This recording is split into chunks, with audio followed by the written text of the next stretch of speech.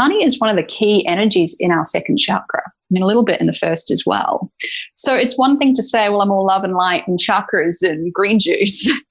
But if there's areas of us that we're holding shame or anger or just real contraction on, that can actually be literally impacting our health as well. This is the Entrepology Podcast, the podcast where we optimize the bodies, brains, and lifestyles of entrepreneurs, go-getters, and world-changing innovators. Welcome to the Entrepology Podcast. I'm your host, Dr. Megan Walker. As a naturopathic doctor and anthropologist, I optimize the health and performance of badass women working to change the world as entrepreneurs and go-getters. You know, people exactly like you. Your business, body balance, and inner badass, these are the themes we are exploring. So I'm going to share with you kind of a funny story about my interview today. My guest, Amanda Daley, is a health coach and business mentor to women in the health and wellness space. And when we came on to this episode today, I have another interview coming up in a few weeks with another Amanda, and all of the information that I had in front of me and all of the preparation I had done for this interview was in anticipation of this other woman. And so just before we got started with the interview, I asked Amanda for clarity around her last name, and that's when the truth started to all unfold in front of me.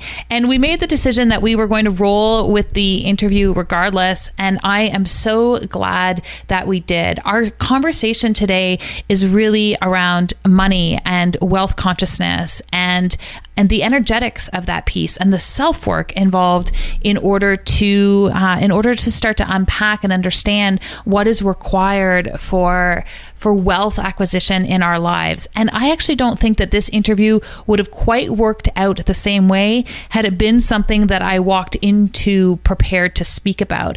The mere fact that both of us just stepped into our own flow state, that we asked questions from and engaged in questions from a place of total innocence, I think actually speaks to the brilliance of the conversation that we had. It is truly my pleasure to introduce you to Amanda Daley.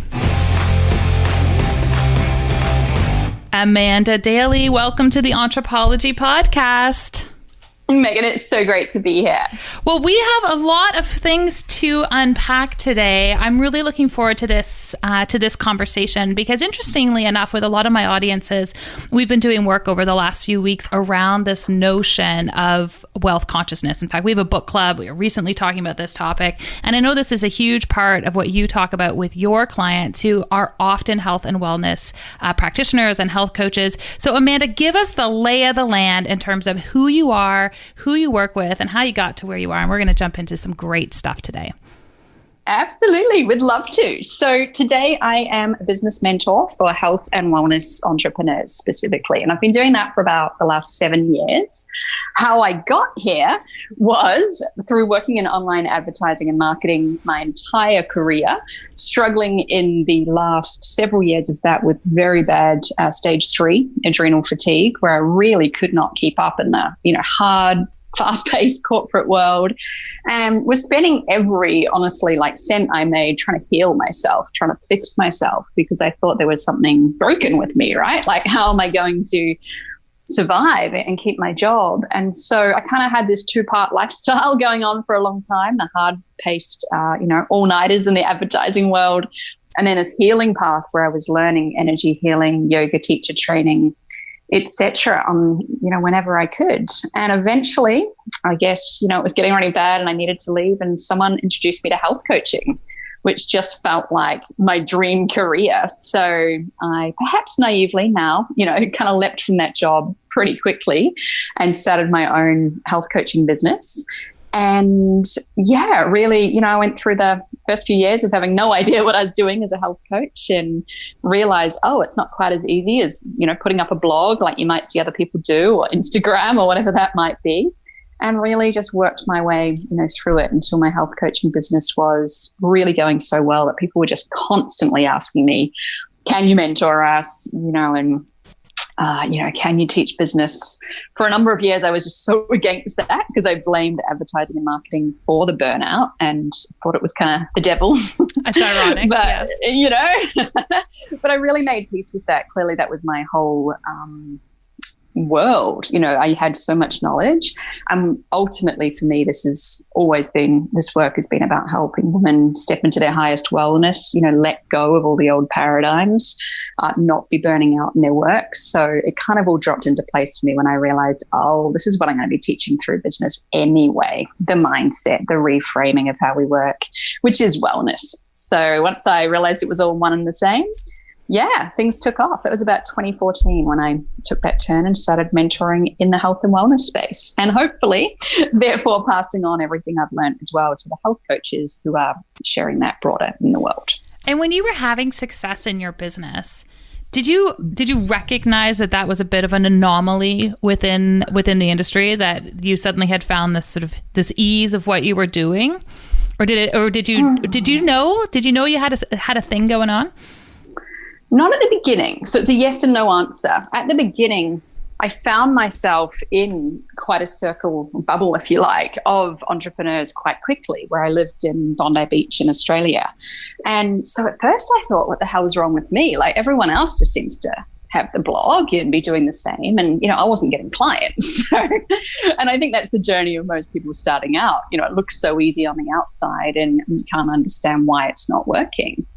And so no at the beginning, but then equally yes, once it clicked in me and once all the pieces landed, which of course is a combination of business practical marketing steps, especially in the online space, but then also all of the inner work that came with that for me, then I did.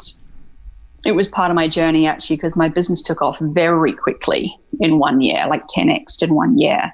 And so I was aware of that, and I did know that was not normal, because all of a sudden I was racing off ahead, if you like, from a lot of, I had a lot of entrepreneur friends at that time, and that brought its own pieces with it as well. It often does. And when what was that switch? Was it a mindset piece? Was it a tactical change that you made? Was it a combination? Combination for sure. But I really do feel that the key switch was the wealth consciousness work. And so the year that my business took off, there was 1 year it went from making $35,000 a year to $330,000 in 1 year. And yes, I was actually learning online business in, another online business course. And I had a big online business background, but there was something that year about going through it again and, starting to drop. But that year I worked on my money mindset with a mentor at the time said to me, look, an Olympic athlete doesn't just be born, right, as an Olympic athlete. They get up at 5 a.m. every morning, swim the laps in the cold pool, and they create that success, like literally build the muscle, build the mindset. And she said it's the same for wealth consciousness. And that year, I really did treat working on my money mindset as my number one focus. And I knew it was well beyond business. It was really personal development. I mean, all of this really has been for me, really exploring my money stories, and not just exploring them, but actually being willing to let them go, and all the pain that can come with that too, right? The healing that can come with that. I literally would see working on my mindset, my vibration as my job above the marketing tactics. And I truly believe that was what created the catapult, if you like. But they did have to both be there. And remember, I did know online marketing, so it's like the two came together. Okay, so and I hear you on that, right? Like it's not like you can do money mindset and then you just wake up and you have this massive business. It's like there's this saying, I'm a great believer in luck, and I find the harder I work, the more I have of it. But I feel like with the money mindset piece, it's almost like it unlocks the potential that you've created with all of that other learning. At least that's been my experience on it. Can you start to break down for people, when you talk about working on a money mindset, what does that actually mean? Because I feel like just the concept of money just triggers so many hairs on people's backs to kind of stand up, and it's physiologically irritating to people to start to talk about it. So let's unpack it for them while they're in that state. It is. Money is one of the most triggering topics, isn't it? And I think, let's do many it. different beliefs. Yeah. I mean, actually, part of being comfortable talking about money is what comes from this. And that, of course, ripple effects out into your business. So, yeah, to start with, I mean, we all grow up we don't even see it. We're like in a fishbowl of our own life. So we grow up hearing our parents say things, who knows what it might be. It might be a small comment about the rich bitch next door or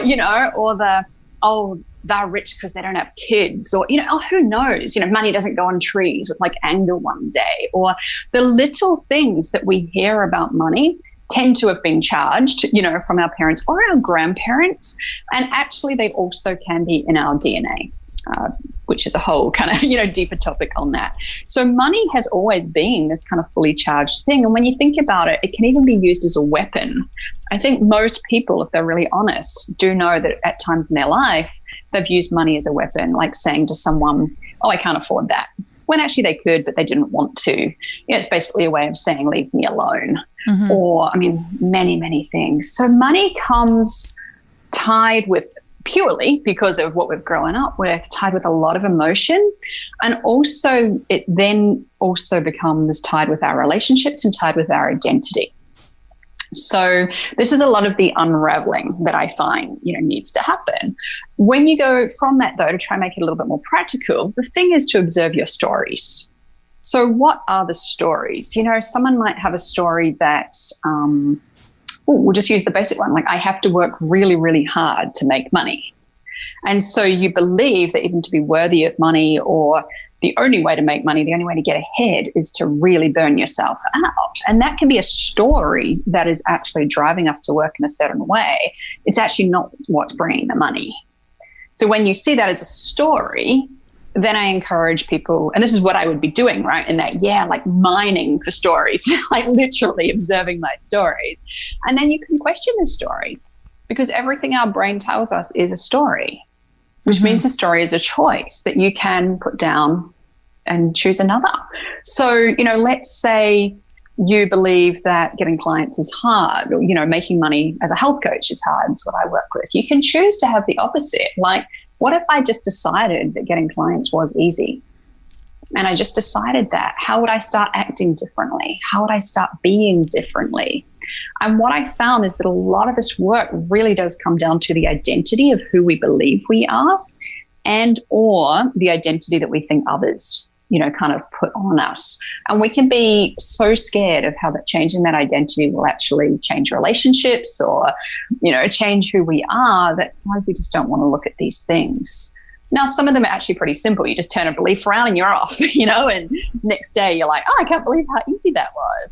Other times, some of these stories are really deep. And, I definitely was working with like kinesiologists or energy healing professionals, et cetera, to dissolve some of these old stories.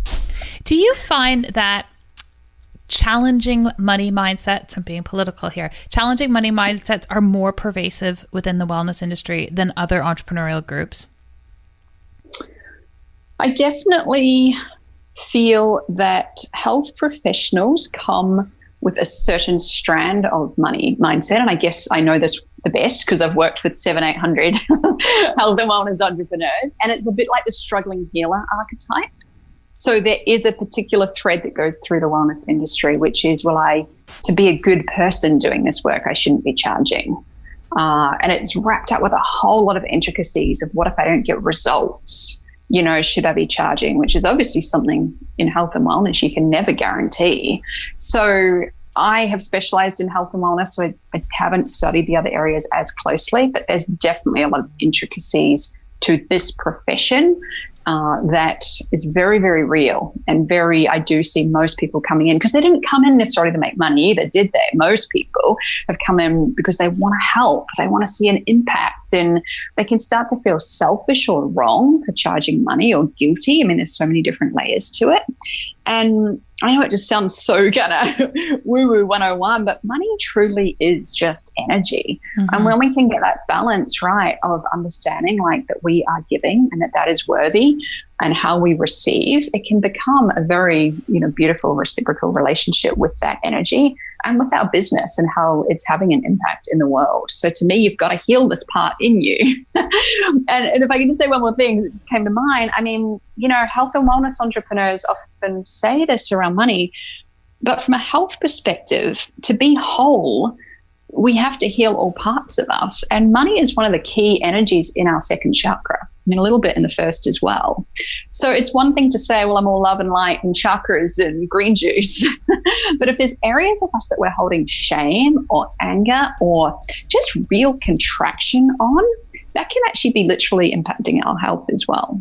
Yeah, I think it's such a good point, because I do feel, not for all, but there's a significant number of individuals in healing, and it is they block that part. They block that part out. It's like the elephant in the room. We've thrown a blanket over it. We're just not going to talk about the money piece. We're just going to talk about the healing piece. And I agree with you. There's this saying, Dr. Heal Thyself. Like you really do have to integrate these pieces. And I say this to practitioners when I'm talking to them. I say, listen, if you go to the intake forms of your patients and you look at their primary struggles in life and where their primary sources of stresses are, 80% of the time, finances are the primary thing that is fueling someone's health condition. It's the primary source of consistent stress in their life.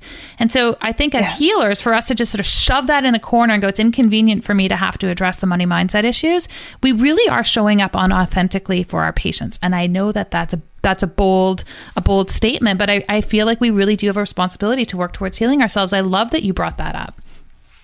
Absolutely. And there's so many layers when you clean this up in yourself too, that you can show up as a better healer or a better coach, whatever that might be. Because what I watch a lot of people do is make the quick assumption that, oh, this person said they didn't work with me because they can't afford it. Well, I'm not pretending that everybody has money. I'm very aware of that. And most people who have got on a call, like let's say a discovery call, exploration call to work with you, were interested and did have a pain point. They've got better things to do in their life than get on the phone.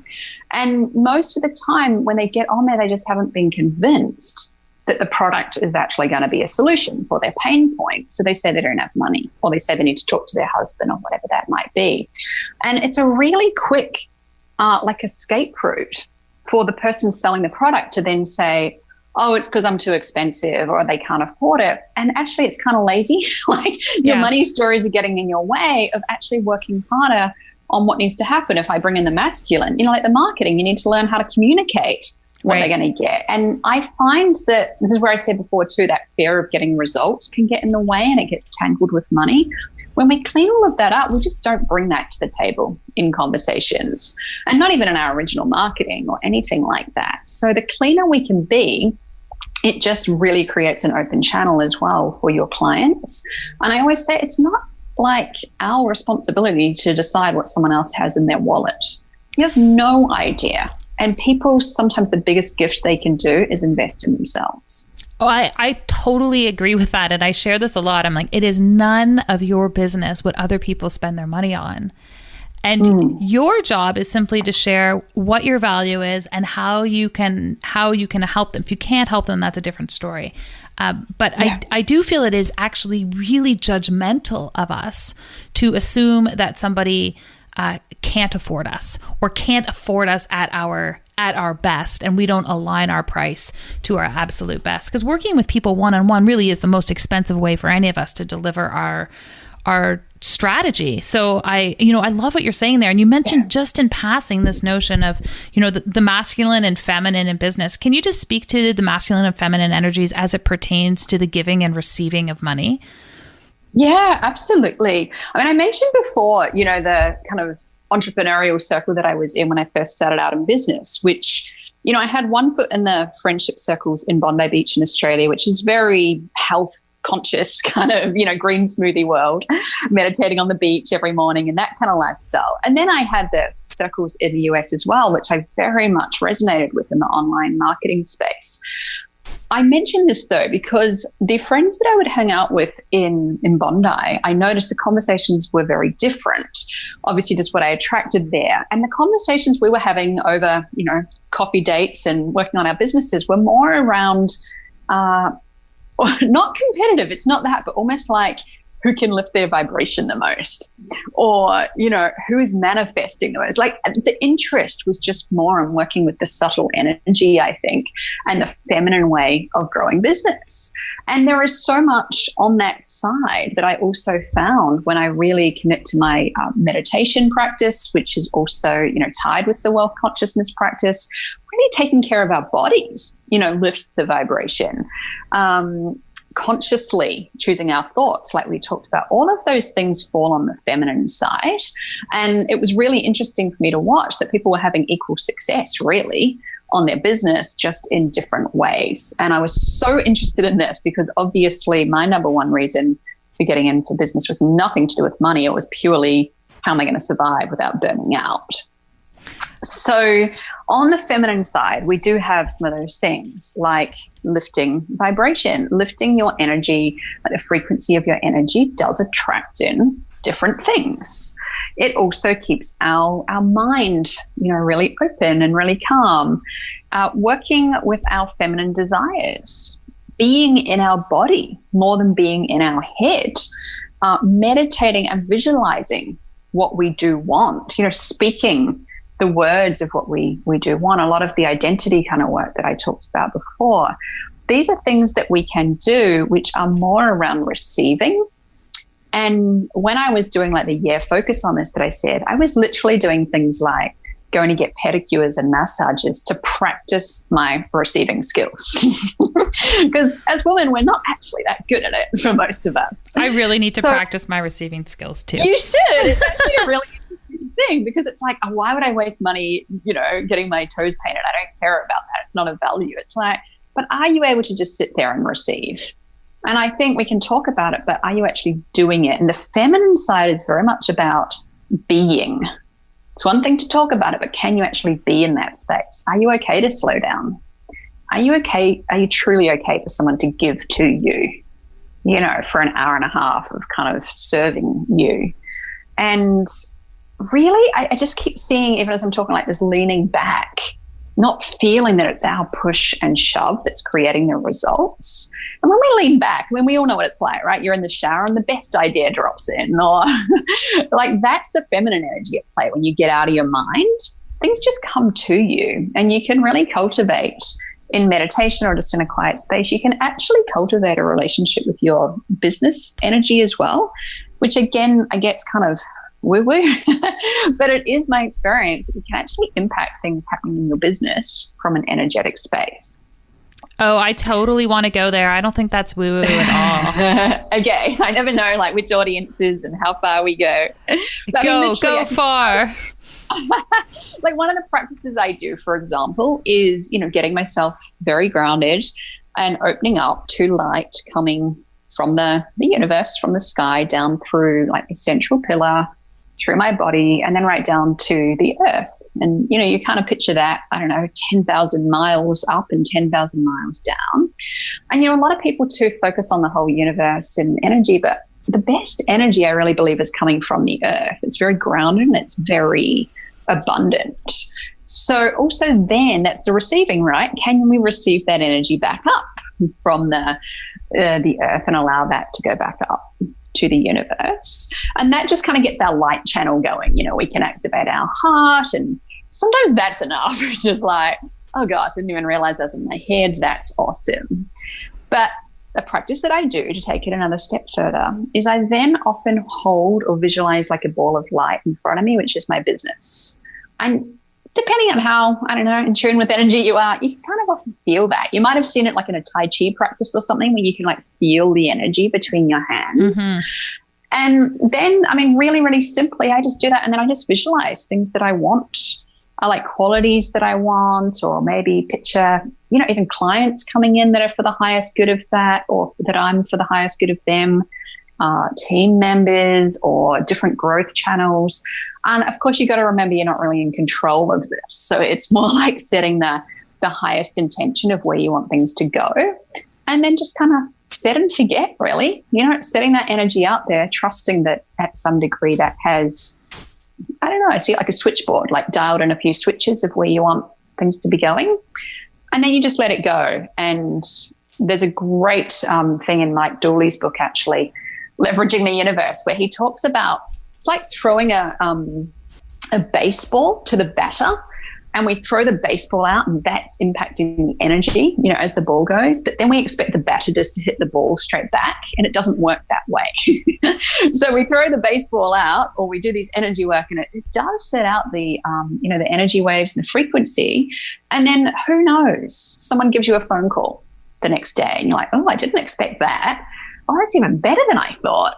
So we're not really in control, and there's a big trust factor that comes from working that way, whereas working in the masculine is very control-based. Yeah, it's interesting because I find when I'm in that feminine state, it's usually I move into it without really thinking about it. Like I'm sort of I'm in a flow, as opposed to, oh my gosh, I hit all of my daily agenda items that I wanted to knock off. And it is amazing the synchronicities that just start to happen when I let myself go to that place. And if for the longest time I was like, oh, it's just a coincidence that when I'm distracted, these things come up.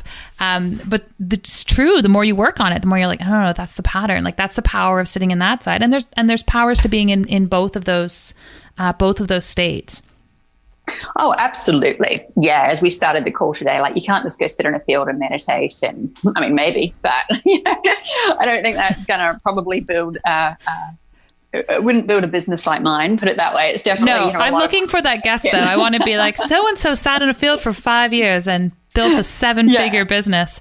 I'm not sure it works that way. And to be honest, when I was younger and the first time I saw the film The Secret, that was one of the things that just I found intuitively frustrating, as I felt like so much of that, and partly maybe been where my understanding was really about, you put this intentionality out into the universe and it just comes back at you. But I have learned, for me at least, I need to put intentionality out into the universe, and then do my thing and really stay in my authentic lane, and then the universe provides. But I feel like I at least can't stop working or contributing towards the master plan. And it's really, there's so much. I feel like we could talk for hours on this. The secret, I think, was early talk on that, and it missed a lot. Now we've come so far in understanding this is quantum science and the quantum field. It's not even woo-woo, and I hear myself almost apologizing for that being woo-woo, but it's measured now and it's known that this is fact. And here's the thing, there's a healthy and an unhealthy on masculine and feminine. So on one hand, as women and probably society, I believe we are unraveling and dismantling a lot of our unhealthy masculine things. So believing that we have to burn out is not true. Our bodies are supposed to be highly fueled to be in the lighter energies and the feminine energies, and that is going to continue to be fact. And that's the unhealthy masculine that we are dismantling, just as there's an unhealthy feminine that doesn't get talked about. So I think that kind of healthy feminine has become popular, in the last few years. Mm-hmm. But what we don't talk about a lot is the healthy masculine. And to me, this has really been the edge where it's come together a lot. Discipline, self-discipline. For example, even that feminine work we talk about, it takes self-discipline to get up every day when we don't feel like meditating because our brain's already off on emails or whatever that might be. And to cultivate a practice. Really, things that I've worked through are like time management, learning how to focus, learning how to get a clearer mind. And I continue to work on these. They're actually healthier aspects of masculine, and you can't have one without the other. So I think as much as I love talking about the feminine, because we need to learn to work that way, we actually need to have the relationship of both in a healthy state. Before we jump into the rapid fire questions, I want to take a moment to talk to you about Fullscript. Fullscript is a virtual dispensing platform that helps practitioners, myself included, dispense professional grade supplements and improve patient adherence from anywhere. It has the industry's most comprehensive catalog of products, has features like refill reminders and auto reorder, and even sends medically reviewed wellness content to patients on your behalf. I've been using Fullscript in my practice for years, so I have firsthand knowledge of the impact it can have on your patients and your business. First of all, it's super simple to use and loaded with features. Features like EHR integrations, customizable dosage instructions, and an evidence-based protocol library. It makes integrative medicine feel, well, integrated. It incorporates itself into your way of working with your approach to wellness, even as that evolves, and most importantly, with your patients' day-to-day lives. As someone wanting to address patient adherence, eliminate inventory management, and earn more revenue for your practice, you really should give Fullscript a try. If you're a practitioner looking to sign up, go to fullscript.com/walker to start using Fullscript for free today. And if you're a patient currently ordering supplements from your doctor, let them know about Fullscript. Tell them I sent you. 100%. I love that piece. And I feel like, Amanda, this is a perfect place to transition the interview. So we have a segment that I call our KPIs. So just like we have KPIs in our business, I believe we also have them in how we live our life as well. So if you are okay, I've got some rapid fire questions coming your way. Okay, let's see how we get. What is the most impactful book you have read during the pandemic lockdown? Oh, I hate to be kind of cliche, but I am very into the Glennon Doyle Untamed right now. It's great. I feel like the pandemic is going to be synonymous with Untamed. I think whether so. she liked it or not, it was just the way the universe brought it all together for her. I agree with you. It's a beautiful, beautiful book. What is one thing you're most consistent with respect to your health? My breathing practice, no matter what, is game changing. Love it. What is something totally badass about you that people would not otherwise know? Badass. I mean, my business has been at a 7-figure level for many years now, and I did that quite quickly. So, we're always hard on ourselves, but I think that's what many people look at me and think that's pretty badass. I think it's badass that you have that and you have a Bondi Beach lifestyle like that. That's pretty awesome. Amanda, what do you do for fun or play? Oh, I'll tell you what we've been doing lately is lots of online games with friends. I'm sure that's going to change when we get out of this lockdown, but we're right into the games nights and quiz nights with friends on Zoom. And it's so fun because we're actually from another country. So we're actually spending more time with our, friends from New Zealand, etc. And I'm loving it. That's amazing. I know it's funny because it's enabling us to unpack relationships in a totally new way. And last question for you, entrepreneurism. Are we born this way or do we learn to become entrepreneurs? Oh, I've thought about this a lot. I never would have thought myself being an entrepreneur. I didn't see that as my identity. And then I realized my mum did actually grow up with a hair salon for her whole life. So maybe I was in it and didn't realize. But not a straightforward answer for you there, but I believe anything that we truly want to learn, we have the capability of learning. Fantastic. Amanda Daley, this has been such a pleasure. Where can we send people to learn more about the work you're putting into the world? Yeah, absolutely. I did set up a page on my website for you. So it is amandajdaily.com/entrepology. Fantastic. Amanda, thank you. We will make sure we throw that into the show notes. It's been such a pleasure hanging out with you today. Oh, I loved it. Yeah, absolutely. Thank you so much for having me, Megan.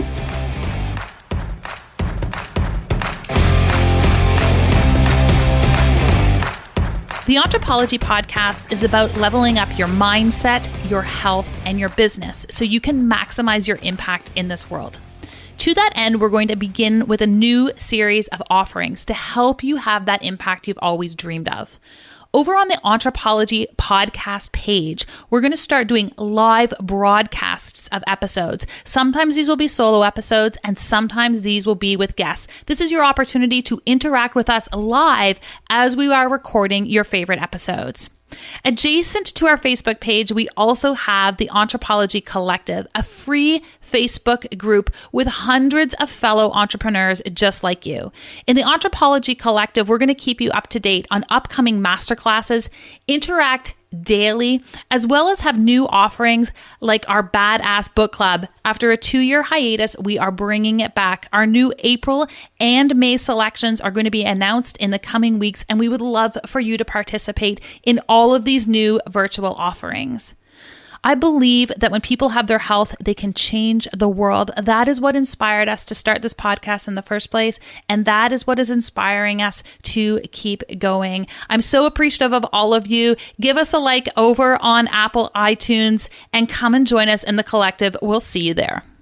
Earlier in the episode, I mentioned Fullscript. Remember, Fullscript is a virtual dispensing platform that helps practitioners, myself included, dispense professional-grade supplements and improve patient adherence from anywhere. For example, when you write a prescription with Fullscript, it gets sent directly to patients via text or email. And when they place an order, their supplements get shipped right to their front door. It's incredibly convenient for everyone involved. The most incredible part, though, is that it's completely free and available to all kinds of practitioners. Actually, while we're on the subject, every account has the ability to adjust profit margins or even choose a no profit option. This gives you complete control over balancing revenue with patient affordability. So if you're looking to boost patient adherence, eliminate inventory management, and earn more revenue for your practice, you really should give Fullscript a try. If you're a practitioner looking to sign up, go to fullscript.com/Walker to start using Fullscript for free today. If you're a patient currently ordering supplements from your doctor, let them know about Fullscript. Remember, tell them I sent you.